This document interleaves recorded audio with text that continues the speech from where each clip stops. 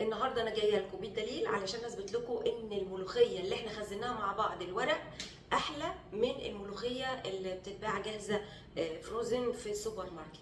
تعالوا بقى نشوفها ازاي خضره وكانها لسه فريش، وطعمها وشكلها وريحتها تحفه. تعالوا نشوف، يلا بينا. بس قبل ما نبتدي ما تنسوش تعملوا لايك وشير واشتراك في القناه. النهارده روتين عادي خالص، بس هوريكم الملوخيه الخضراء اللي انا فرستها، وبتكون خضراء من السنه للسنه.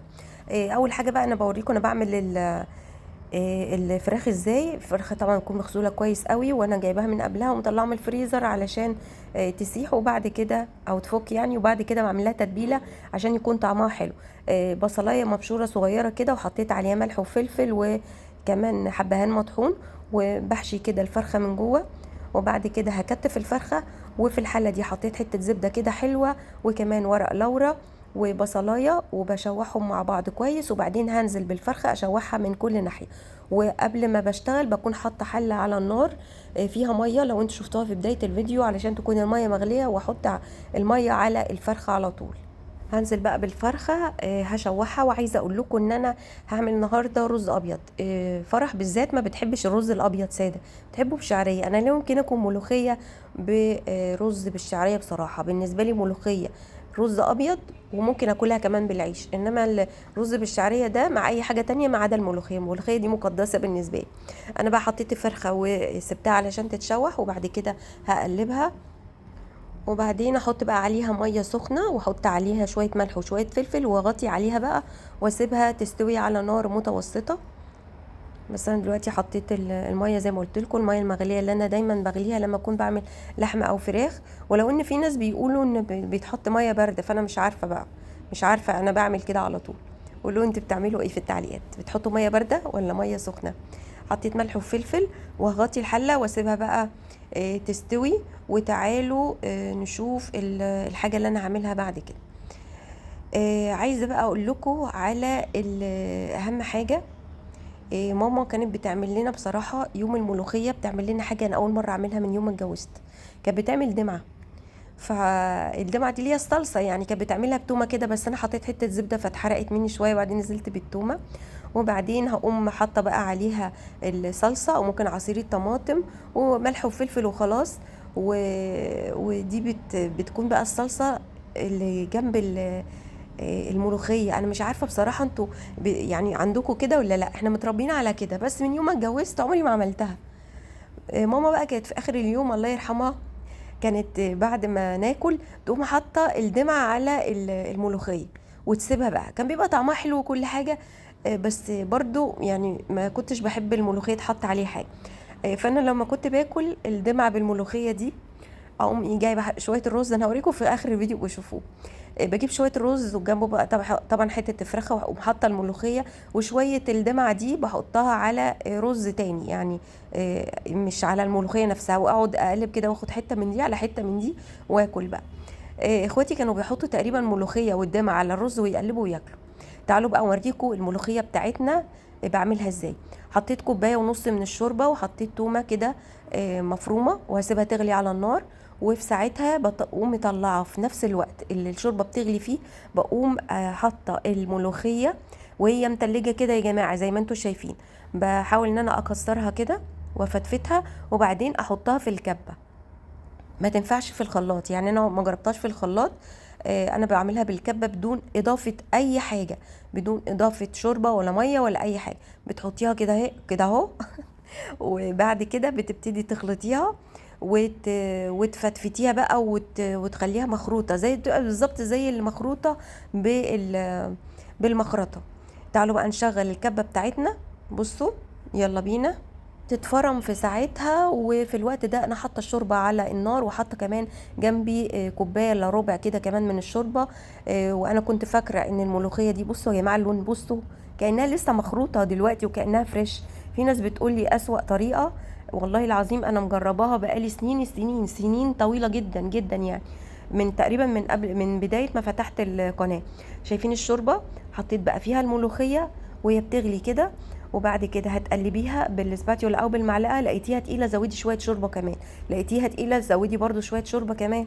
الكميه بتاعتي دي عملت لي يعني ملوخيه تقيله يعني شفتوا الكيس ما كانش كبير، بس كله كان ورق ملوخيه ومش مطحونه ولا حاجه ولا مخروطه، وعملت لي كميه حلوه جدا من الملوخيه، والتقل بتاعها كمان تقيل. لو انت بقى بتحبي الملوخيه خفيفه هتزودي الشوربه.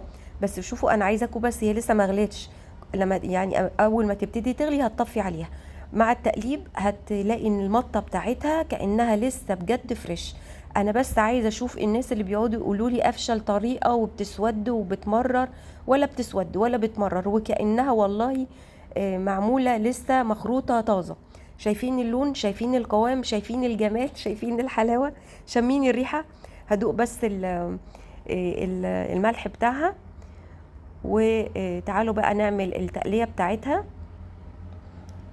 حته زبده او سمنه بلدي كده حلوه، انا حطيت زبده بصراحه، والثوم المفروم. وبعد كده هنزل بالكزبره الناشفه، وهسيبها بقى يعني تاخد اللون الاشقر الحلو ده.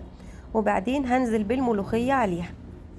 يا جماعه المشاهد اللي بعد كده احلى بكتير من المشاهد اللي قبل كده، فخليكم بقى معايا لغايه لما نطش الطشه. لو لسه موجودين معايا لغايه دلوقتي يبقى اكيد الفيديو عجبكم، فتنزلوا بقى تعملوا لايك كده حلو زيكم، وكمان تعليق جميل منكم، وتشتركوا في القناه لو لسه ما اشتركتوش. التقليه على النار او الطشه اللي هي بتاعه الثوم مع الزبده البلدي الحلوه. وبعد كده تعالوا بقى ننزل بشويه من الكزبره، ونقلبها تقليبه ونسيبها تشقر او تاخد اللون الاشقر الحلو. وما بنحطش الكزبره من الاول عشان ما تمررش، يعني لما يجي يشقر كده في بدايه الشقران بتاعه بتاع التوم، يعني بنقوم حاطين الكزبره زي ما انا حطيته، وبقلب لغايه لما تاخد اللون الحلو اللي انتوا هتشوفوه دلوقتي. وتعالوا بقى نطش الطشه بتاعتنا. للاسف كنت فاتحه الراديو، بس انا ما بعرفش اقف في المطبخ غير لما بفتح الراديو. كنت عايزه اسمعكم الطشه لوحدها. شايفين الجمال واللون والتحفه بجد بجد حلوه جدا، لما تجربوها تعجبكم. شايفين اللون، شايفين الروقان، شايفين المطه بتاعتها، ولا بتقطع ولا حاجه، وشكلها وطعمها تحفه. بصوا يا جماعه، بسم الله ما شاء الله. تعالوا بقى نغرف الاكل بتاعنا. عايزه اقول لكم انا ما حمرتش الفراخ علشان الولاد مش عايزينها محمره النهارده. يلا بينا نغرف الاكل. خضرة خضرة خضرة، والمطة بتاعتها في منتهى الجمال. تعالوا بقى نغرفها. بصوا يا جماعة، ادي الملوخية.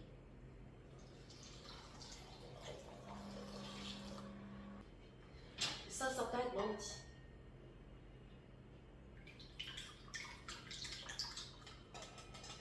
تعالوا بقى نغرف بقى الرز. بسم الله الرحمن الرحيم.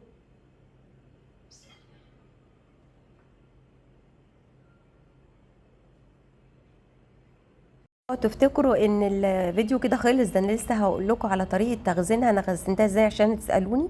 بس هوريكم في اخر الفيديو الطريقه، حته صغيره كده منها. ولو عايزين تشوفوا الفيديو هتلاقوه موجود على القناه بتاعتي، قناه كبيره. هسيب لكم اللينك بتاعه ان شاء الله في اول تعليق مثبت. شايفين بقى يا جماعه الملوخيه ولونها وجمالها والمطه بتاعتها والتقل بتاعها. انا بحب الملوخيه تكون تقيله كده شويه. شايفين المطه بجد حلوه قوي، بس منها تقيله فبتنزل من المعلقه، بس حلوه جدا جدا وهتعجبكم ان شاء الله لما تجربوها. بصوا بقى الدمعه بتاعت ماما، كانت بتقول عليها دمعه مش صلصه، انا اتلخبطت قلت صلصه، لا هي دمعه. بصوا بقى بعمل نص ونص كده، وباكل حته من هنا على حته من هنا على الرز، وباجي بقى مع الفراخ وباكلها. عايزه اقول لكم طعمها حلو قوي. جربوها كده بالدمعه وقولوا لي انتوا زيي ولا لا، ومامتكم كانت بتعمل لكم دمعه ولا لا. تعالوا بقى انا عايزه اوريكم الملوخيه انا بعملها ازاي. انا بقوم يعني مقطفاها وغسلاها كويس قوي ونقعاها في ميه بالبيكنج صودا او ميه بالخل، بس انا بصراحه بعملها بميه وبيكنج صودا. بنقعها وكمان بشطفها تاني مره، وبعدين بنشرها كده او بفردها على فوطه او مفرش نظيف. ولما بتنشف، او ممكن ملايه تكون نظيفه، ولما بتنشف بقوم حطاها في الاكياس وبحطها في الفريزر، بتقعد معايا من السنه للسنه وبتكون زي الفل. بضغط الاكياس زي ما انتم شايفين كده وبحطها في الفريزر. يا رب يكون فيديو النهارده عجبكم. السلام عليكم.